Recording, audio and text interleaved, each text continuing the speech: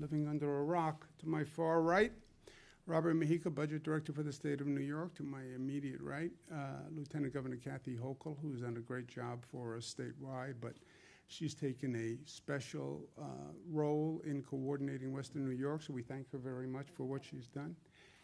To my left, Melissa DeRosa, Secretary to the Governor. To her left, Gareth Rhodes, who has been working with us through this crisis. It's a pleasure to be at Roswell. Dr. Candace Johnson, thank you very much for the hospitality. I was thinking about our trip to Cuba and your great accomplishment. It was fun. It was fun, and it was productive.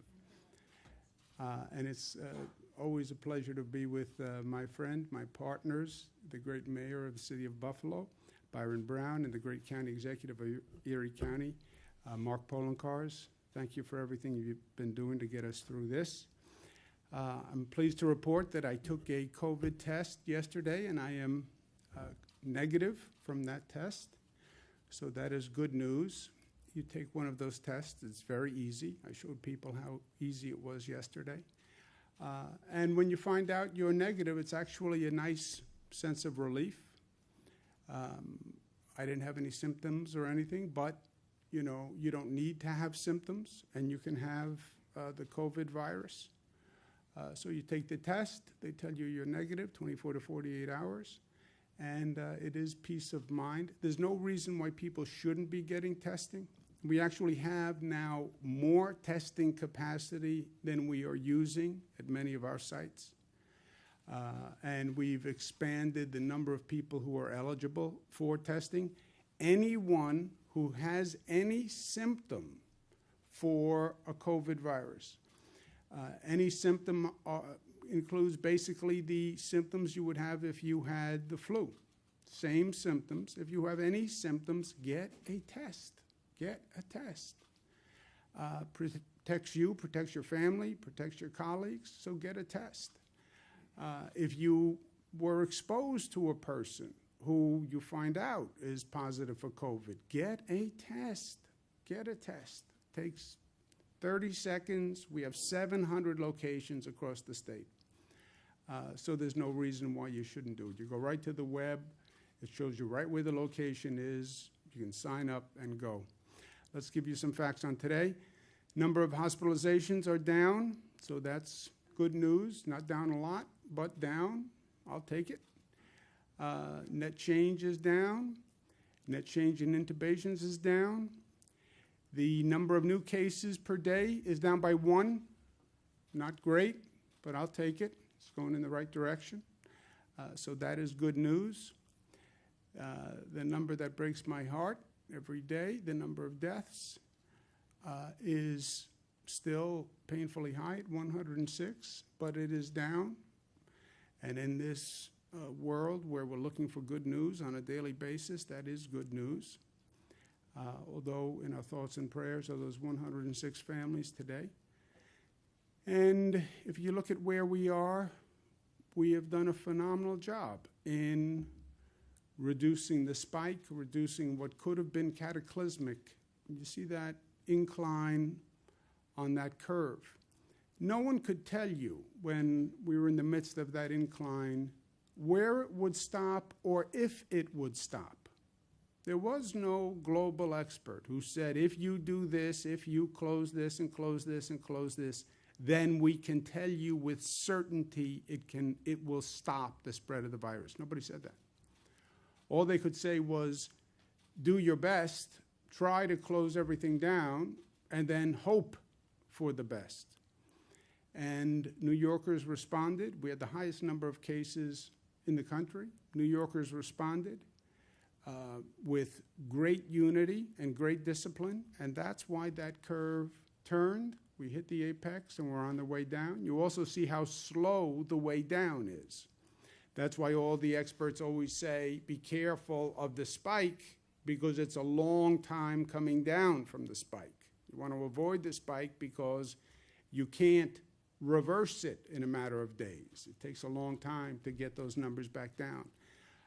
And this is with everything we did and with all the loss and pain we suffered. This is how long it took to get those numbers down. We now have a top priority, which we have from day one, which is our nursing homes. We were introduced to this virus in Seattle, Washington, where it attacked a nursing home. The most vulnerable population in the most vulnerable place, senior citizens in a congregate facility. That's how we were introduced to this virus, and I'm afraid that's how we're going to leave this virus. So protecting our nursing homes and seniors has been a top priority. Last week, we put in place a requirement to test all staff at a nursing home twice per week. Why? Well, number one, it keeps the staff safe. Number two, if you see an increase in the positive among staff people, it's an alert that you probably have a real problem in that nursing home, because chances are the staff are getting it from the nursing home or giving it to people in the nursing home. So if you watch what happens with the staff, it's a canary in the coal mine for what's happening in the nursing home. And third, it clearly keeps the residents of the nursing home safe. Now, to help nursing homes do this, we've worked with all the private labs, identified a number of tests that we can send just for the purpose of testing people in nursing homes. That's about 35,000 per day. We're sending 320,000 test kits to the nursing homes today to help them do this. With everything we're doing, I know the nursing homes operators are not happy about this. I get it. It's very hard to administer. The staff all have to be tested twice a week. Okay, we're giving test kits. We've set up lab capacity, but it is still an operational issue. I understand that. And I understand that no other state is doing this. And I hear that quite often from the nursing homes. No other state is requiring that the staff be tested twice a week. I understand that. I understand we have the most aggressive standard in the nation. But I also know that it is necessary. And look, from day one, we said this was going to be hard. And we said we drew bad cards in this hand.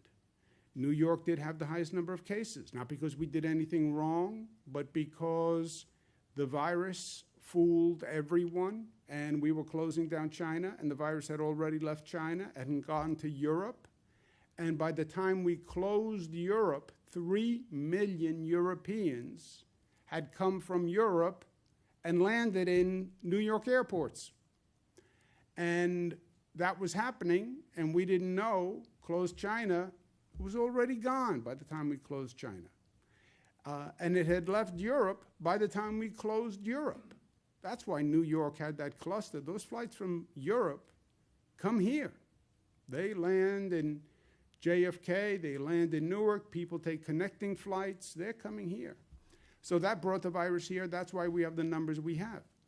Okay, but we said we're going to do what we have to do, and we're going to do what we have to do to protect the lives of New Yorkers. Who's in a nursing home? This is your mother, this is your father, your sister, your brother. This is our family who are in nursing homes. That's who they are. And they're our senior family members who we owe nothing but gratitude and respect. And the one thing we need to be able to say at the end of this is we did everything we could. We did everything we could. 106 people died. How do you live with that? How do you sleep with that? Because we did everything we could. We still can't save every life, but we can do everything in our power that we can do to try to save every life. And that's why I'm comfortable with what we're doing on nursing homes. I know it's hard, and I thank them. On reopening overall, we're opening regions that have hit the data points, hit the metrics. Western New York has one metric that they have to hit, which is the number of tracers. They need 521 tracers, identified 525. Great piece of work that they did over the weekend. I want to thank the mayor. I want to thank the county executive, all the regional officials who found people to serve as tracers. They're going to be trained tomorrow, and that means all the metrics will be hit, and Western New York will open tomorrow. So that's exciting. And it's been a long, painful period, but we start to reopen tomorrow. New York State Department of Health is also granting a waiver to restart elective procedures for ECMC. We want to make sure hospitals are in a position to provide care for people who need it. So this is a good step.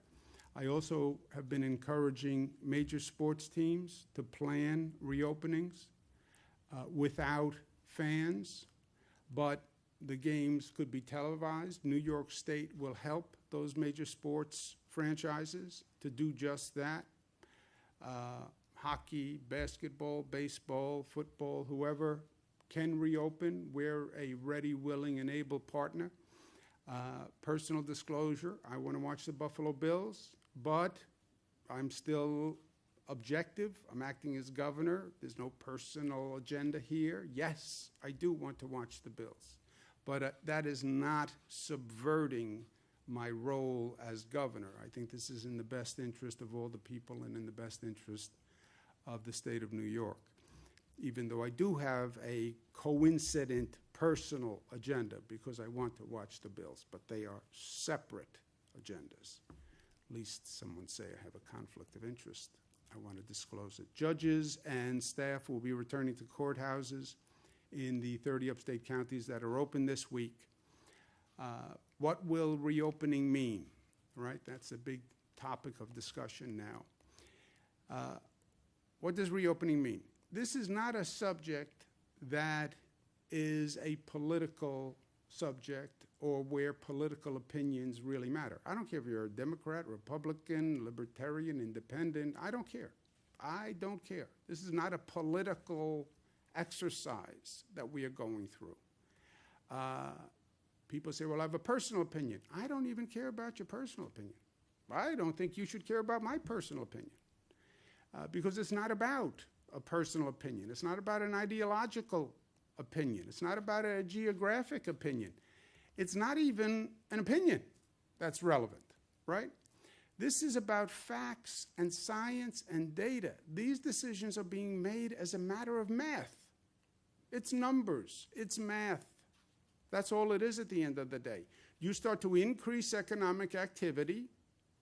You have more people coming out of their homes, more people contacting other people, and then you measure the impact of that increase with numbers. Not with opinions, not with politics, not with partisanship, with numbers. And then you just measure the impact. You make sure that you don't go above 70% of your hospital beds, so that if a large number of people get infected, you have the hospital beds to take care of them. You make sure you don't go over 70% of your ICU bed capacity, because when these people are infected with COVID, they do need ICU beds. We learned that the hard way. You have testing up and running of 30 tests per 1,000 residents. Where did that come from? That's the White House Coronavirus Task Force, Dr. Birx. You have 30 tracers ready for every 100,000 residents. That comes from the experts. And then you watch the infection rate. And you make sure that you don't get near 1.1 on the infection rate. It's math. And there's a liberation in that. At a time of such division and politics and elections and all this garbage, this is an exercise in science and math. And it's data that we can all share and we can all participate in. I encourage people to go look at the data and look at what's happening in your region, because that's how we're going to get through this, on the numbers, on the math, on the facts. We're going to bring in advisors to the state advisors who are international experts, global experts who have dealt with these kinds of diseases, right? This is not just a state of New York issue. It's not even an American issue. It's a global issue. And I want to make sure we have people reviewing and then reviewing the reviewers and then as many opinions of experts that we can get are the best path forward. Dr. Osterholm is a nationwide expert in this field, and he has agreed to review our data, what we're doing, what's happening, and to advise us as to how our progress looks on the numbers. I want to thank him very much. We also have Dr. Samir Bhatt, senior lecturer at Imperial College, who is agreed to serve as an advisor to the state of New York. Dr. Bhatt is the senior lecturer in geostatistics at the Imperial College in London. Geostatistics is not my field of endeavor. I never heard of geostatistics before, Doctor. That's why we need you to advise us, Dr. Bhatt, because I know nothing about geostatistics. But Dr. Bhatt is joining us. I want to thank him very much. The Imperial College in London, we have had a number of projection models that were done early on by a number of very prestigious universities. And we've been watching all these projection models since this started. As you know, many of the models were not 100% accurate because they couldn't calculate the effect of the social participation and what people actually did to change the curve. And in a state like New York, what the people did dramatically changed that curve, so it affected the projections. But the Imperial College model, as we have been following this for weeks, was the best, most accurate model. Therefore, I think Dr. Bhatt deserves all our thanks because they really helped us all through this to date. And I want to thank him very much for taking the time to advise us, not just on how we constructed our model to date, but what happens going forward as we increase the economic activity and we start to see numbers change. So, Doctor, thank you very much for being with us. And it's a pleasure to welcome you today. Thank you, Governor. A professional honor to work for New York. Yeah. I think your state has already shown what can be achieved when policies are driven by science. And I think the sacrifices people have made and will continue to make deserves an applause. The leadership shown in New York during this crisis should be commended. And I think yours is an approach for others to follow. At Imperial College London, we have a huge COVID-19 response team, collaborating with scientists and government agencies globally. You in New York have successfully contained the virus for now, but New York is not out of the woods yet. No state, no country is. As you reopen, New York must continue to watch the data and follow the science. We are really eager to work with New York, as they're approaching this crisis from a scientific perspective driven by data. New York is leading the way with data collection, and this will help tie together as many sources of evidence as possible to reach a scientific consensus, which can then be used for decision-making. Our team is focused on rigorous modeling to track R, or RT, as you had put it as well, the reproduction number of the virus going forwards. If R goes above 1, this means the virus is no longer contained, and we aim to track the spread of this virus and the disease using the best data possible and as much of it as possible. We are committed to open science so policymakers and citizens understand our conclusions, limitations, and of course the uncertainties. To date, my team at Imperial has released reports for Europe, Brazil, Italy, relying on data from Google, as well as open source statistical tools developed at Columbia University. Thanks to these tools and our research network, the code is available for everyone to see, test, and to improve. As countries around the world and states around the US start reopening their economies, we will see cases rise once again. And so New York must continue to be vigilant and to follow the data. So I think I say, Governor, thank you for this opportunity, and truly thank you for the work you've been doing and you are doing. Thank you. Thank you very much, Dr. Ott. Thank you for being with us. Thank you. I look forward to speaking to you in the days ahead. I want to thank the doctor very much and the whole college. Look, I'm a parochial New Yorker. I was not all that eager to seek the advice of a college in London, but I can tell you this. This is a global pandemic, and what we're now doing, other countries have done before. We tend to think we are always the first. We're not the first. We're not the first to deal with this virus. Other countries have dealt with it. Other countries have gone through reopening. They've learned all sorts of lessons on reopening. I want to make sure that what we're doing is the best informed approach. So I want to thank the doctor very much, and they'll be looking exactly at what happens at our data, our metrics going forward. And then the last point is, what's the impact of the reopening? We don't know yet what the road ahead looks like. It is a function of what we do.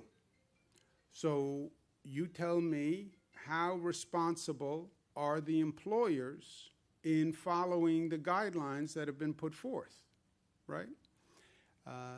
We talk about reopening and contracting and agriculture and fishing and manufacturing, and there are safety guidelines that those employers must follow.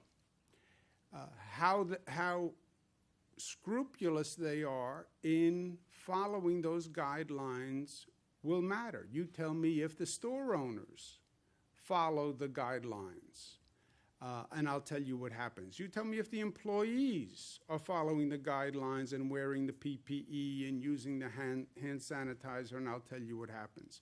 You tell me how individuals react now that the weather is getting warmer. Are they wearing masks?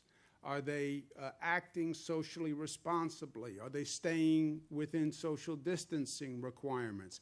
And I'll tell you what's going to happen. You tell me how effectively a local government enforces the guidelines, and I'll tell you what is going to happen. So none of this is predetermined. This is all a function of what we do today going forward. And the smarter, the more disciplined we are, the lower that infection rate will climb. The lower the infection rate climbs, the more you increase the economic activity. It is a formula. It is math. And that is at both at the same time. It's liberating because it takes the politics out of it, takes a personal opinion out of it. But it's also something you can measure and track, and you will know exactly what's going to happen because it's a function of what we're doing. It's up to us. It's up to you. It's the collective. We're going to decide the future that starts today. We should also set our goal high, right? We're coming back. We're coming back from the closing. All right, so what is our goal?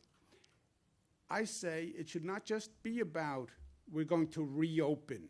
Reopen suggests you're going to go back to where you were before the closure. We're going to go back to the day before the closure. No. Life is never about going backwards. Life is never about I want to get back to where I was. It has to be about building back better than before. We want to go forward. We want to advance. And that's what we have to think about going through this. Yeah, we took a hard blow, and we got knocked down. No fault of our own. Whoever created that virus, Mother Nature, God, whoever. No fault of our own. Welcome to life. Things happen outside of your control that you couldn't do anything about, but it just happens.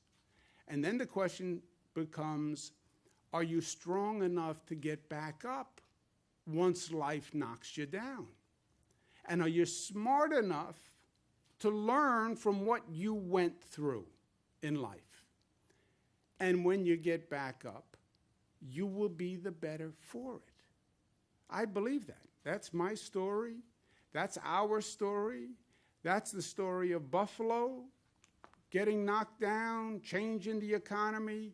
All right, but we're going to get back up because we're strong enough, and we're going to learn from it because we're smart enough.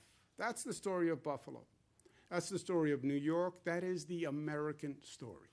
right? It's what made this country the best country on the globe. Not that we didn't get knocked down.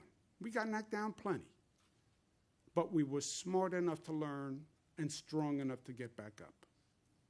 And that's where we have to set our sights. Not about reopening. We're going to make this place better than ever before. Because what we went through is a transformative experience in life, on an individual level and on a social level. We're not going to be the people we were the day before. We're going to be better. We're going to be smarter. We're going to be stronger for what we went through. We're going to be a stronger society for what we went through.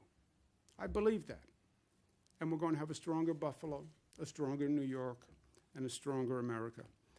And that's what it means to be New York tough, smart, united, disciplined, and loving. Thank you. Questions? Governor, it appears, if I understand the numbers right, that the state reset some of the metrics to make Western New York eligible to reopen. That's the way it looks, at least. Can you explain that or clarify that, specifically hospitalizations and hospital deaths? The hospitalizations and hospital deaths are on a 3-day rolling average. So you have to compute it from a 3-day average. And that's what we've been doing. And then you pick a date, and it's 3 days from there. I don't know anything beyond that. No, that's correct. It was the net change in the daily spike in cases couldn't exceed 15 hospitalizations or 5 deaths over a 3-day rolling average, or the 14-day straight decline. It was always either or. So in this instance for Western New York, it's on that rolling average, and the rolling average of the last 3 days. The hospitalization is actually -6 on the 3-day rolling average, and the deaths is 2. So it falls under. Sorry, Melissa, the website though notes it's the maximum of that 3-day rolling average, which It's would be 28. no, it's over the course of the 3-day rolling average, and it's the last 3 days. 3-day rolling average is just that. Take the last 3 days and average it. There is a large contingent of New Yorkers frustrated with your comments yesterday about unemployment. You said yesterday that the majority of the backlog had been cleared. Thousands of New Yorkers say they filed in March, they haven't heard, they have recertified every week, they have no money, and they can't get through the state still. Have you heard from those people, and what is your message to them? Commissioner Reardon's going to be doing a call today to speak to that directly, but as of this morning, we've now given out $9.2 billion to 2 million New Yorkers.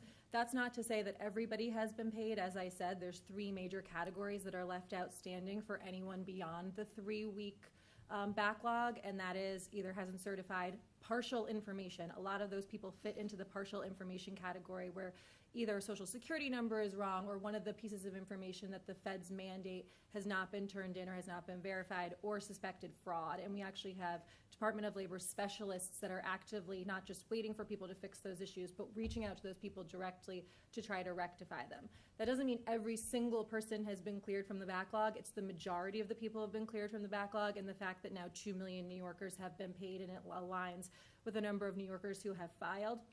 We're getting very, very close. So for the people who are outstanding, that is now the exception, not the rule, and DOL is working round the clock to address those issues. And Commissioner Reardon will be speaking again exclusively in a call today just to answer questions on this. You won't say how big the backlog is. How She big is will the today. She will today. She's going to address it today. Yeah, but also let's remember the context. You know, people are angry here, people are angry here. People are angry everywhere right now with good reason. Here's the needle you have to thread, right? We have an unprecedented number of unemployment claims. It has overwhelmed every state in the United States of America.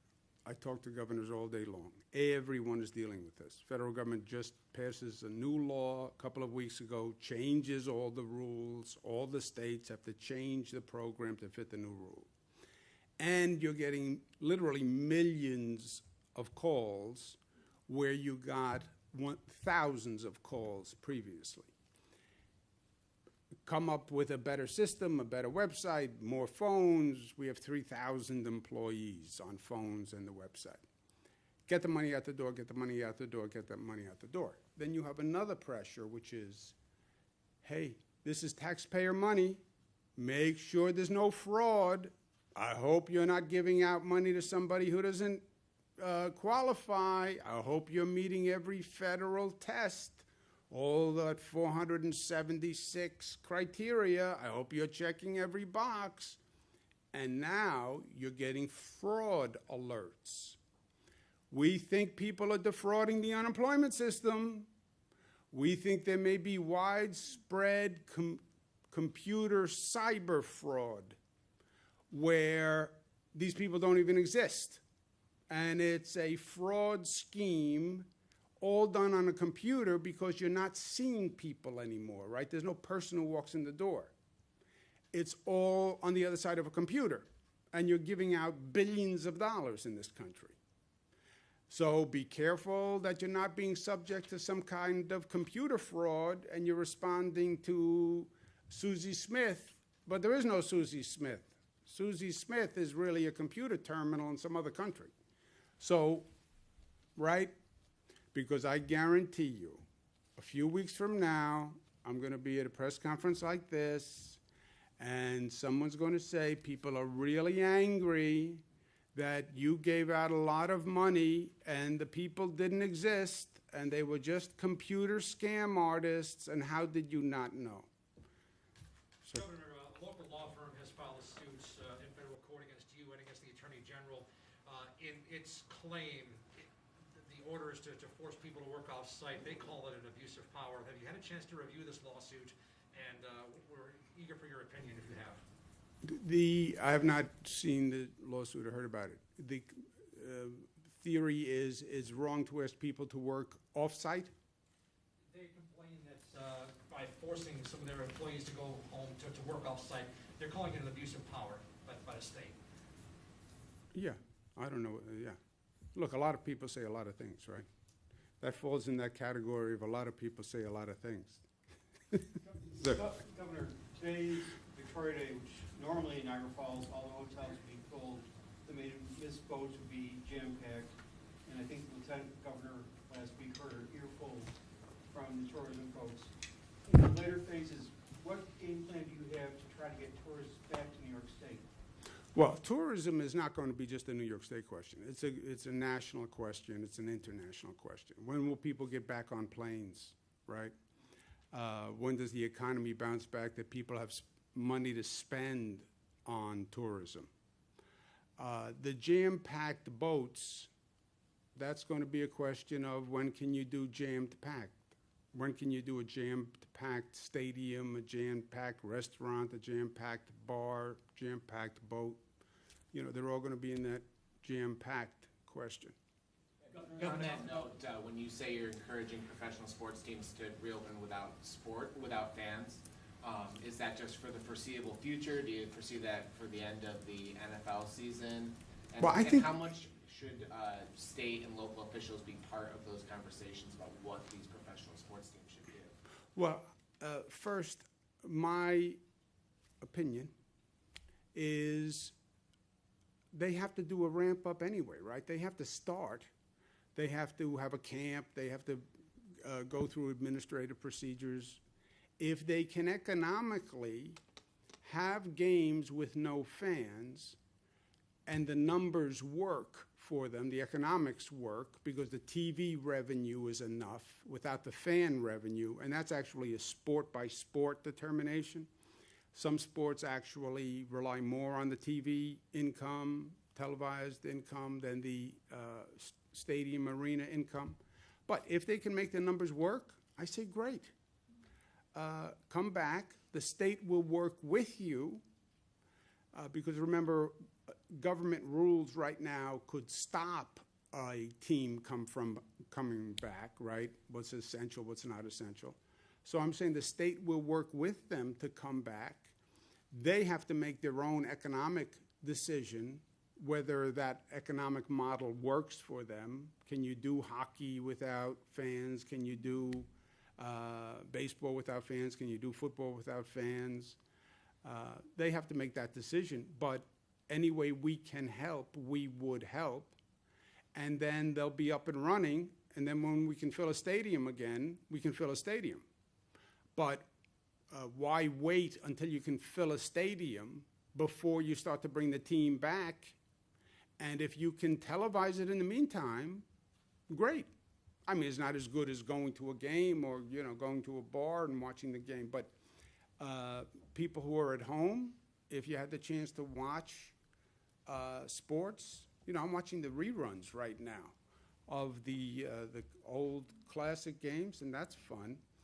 But I'd rather watch current sports on TV if it works. Governor, what about houses of worship, libraries, things Same like that? thing. What's the schedule, you know, for them? There's a lot of clamoring about, Yeah. especially worship. Yeah, it's the same thing. It's all, you know, jammed boats, jammed temple, jammed churches, anywhere where you have the concentration and the density, the gatherings, that is the issue. The gathering is the issue. Remember what we learned, right?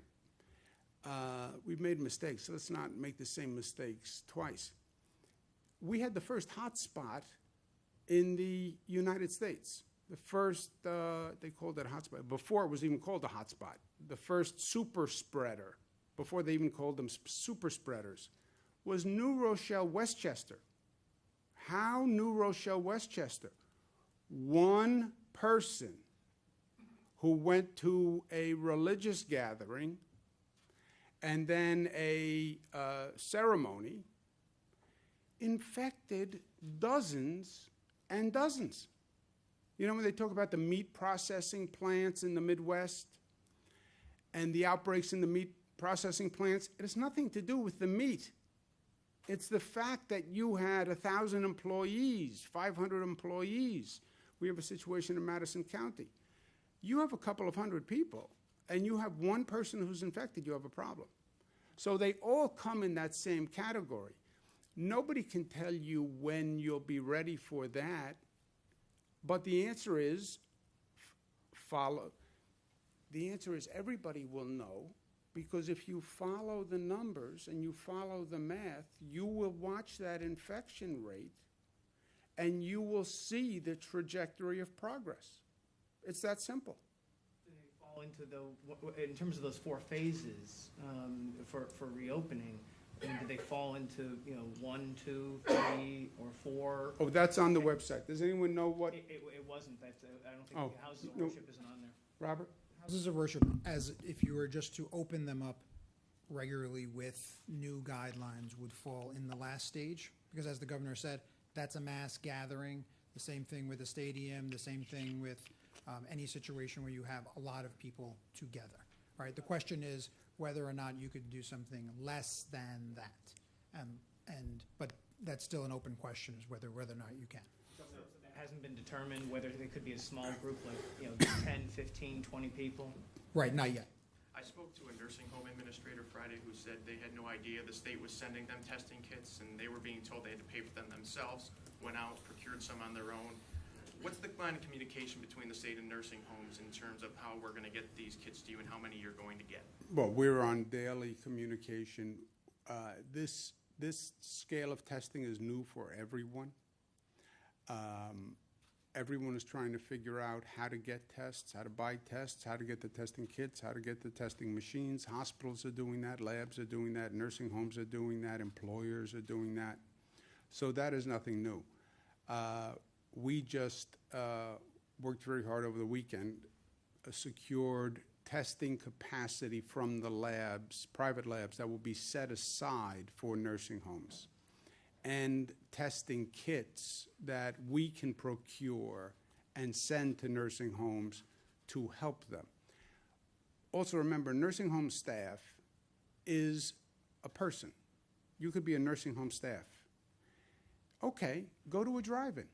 Go to the CVS. Go to Rite Aid. You know, there's a lot of places that you can now get a test. And we have many places that are underutilized, right? We have some drive-ins that can do 15,000 tests a day. They're only doing 5,000 tests a day. I mean, we work day and night to get this testing capacity up. We're not even using it right now.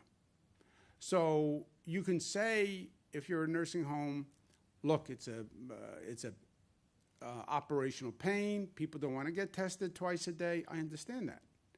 But we know that there's the ability, 700 testing sites around the state. You can go right now and you could get a test right now. Just go through a drive-in on the way home. I stood up yesterday, had it done, showed people how easy it was.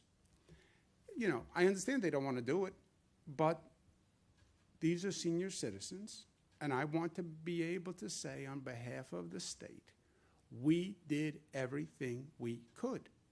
And testing twice a week of a staff member, I don't think is excessive.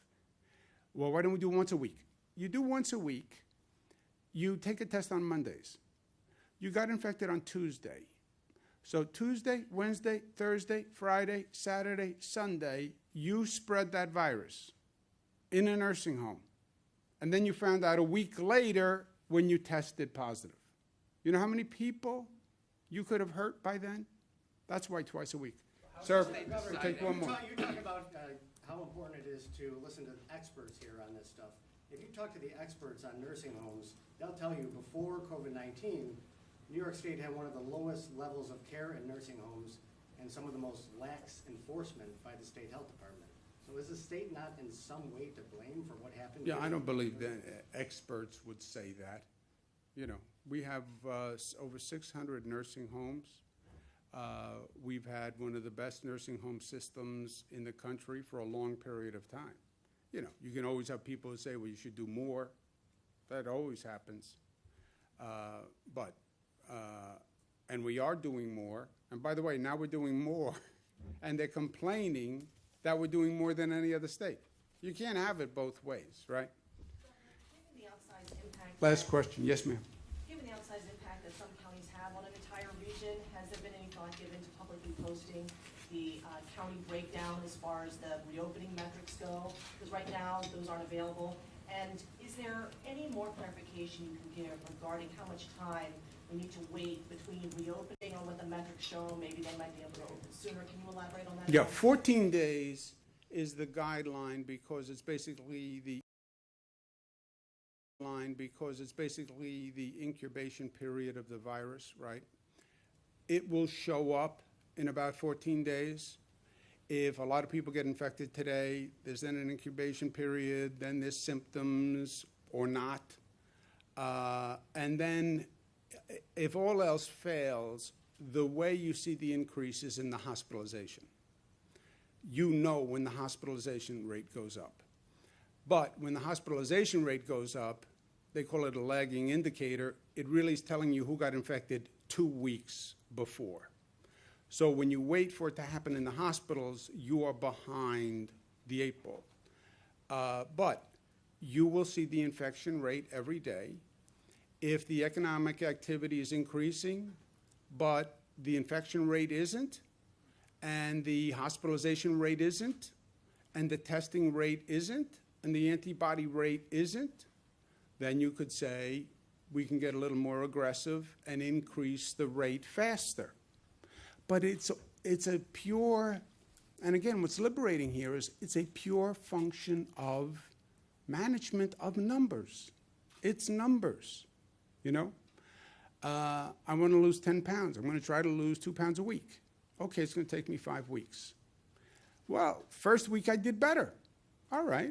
So then you calibrate that way, right?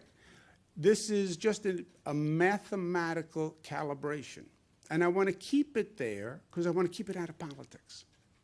I don't want to get into, well, people say you should open faster. People say you should open slower. On what basis? Where do you get that from? Well, I just think you could do it faster. On what basis do you think I could do it faster? Well, I think you should be doing it slower. On what basis do you think? It's not what I'm thinking either. Let's keep all our opinions out of it, and let's just look at the data. If the data says 14 days is the guideline, if there is virtually no increase in the indicators, could you argue you're doing better than anticipated and open faster? Sure you could. And that'd be a reasonable theory based on the numbers. But let's keep it on the numbers. Let's keep it on the facts, is what I'm saying. County breakdown, posting the county breakdown? When you break down the numbers too far, I don't know how reliable they are. Remember, this whole system that we're now putting online, this has all been developed in the last 2 months. None of this existed. All this daily reporting by hospitals, reporting by nursing homes, reporting by testing sites. So the fear is if you get too granular in the numbers and the numbers get too small, I wouldn't really feel comfortable in their accuracy when you start disaggregating them. But that is not my field. That's geostatistics, which I never even took. So I just want to make sure, well, that assumes that the county data is reliable on a daily basis.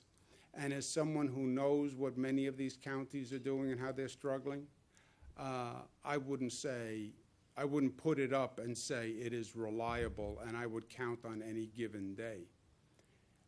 That's why I say on all these numbers from day one, don't take any of these day-to-day numbers as gospel, because this is just a reporting system that is still being developed. So take them all with a grain of salt.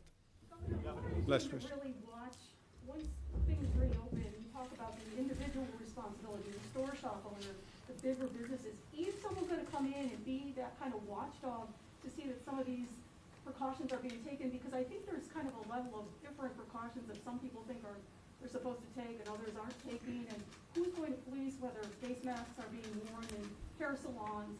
Who's going to watch out for that? Well, first, the guidelines are the guidelines. The rules are very specific. They're online. It says exactly what an employer needs to do, an employee needs to do, what curbside pickup is, that an individual should social distance less than 6 feet, an individual should wear a mask when they're not in a position to socially distance or may not socially distance. So the rules are clear, I think.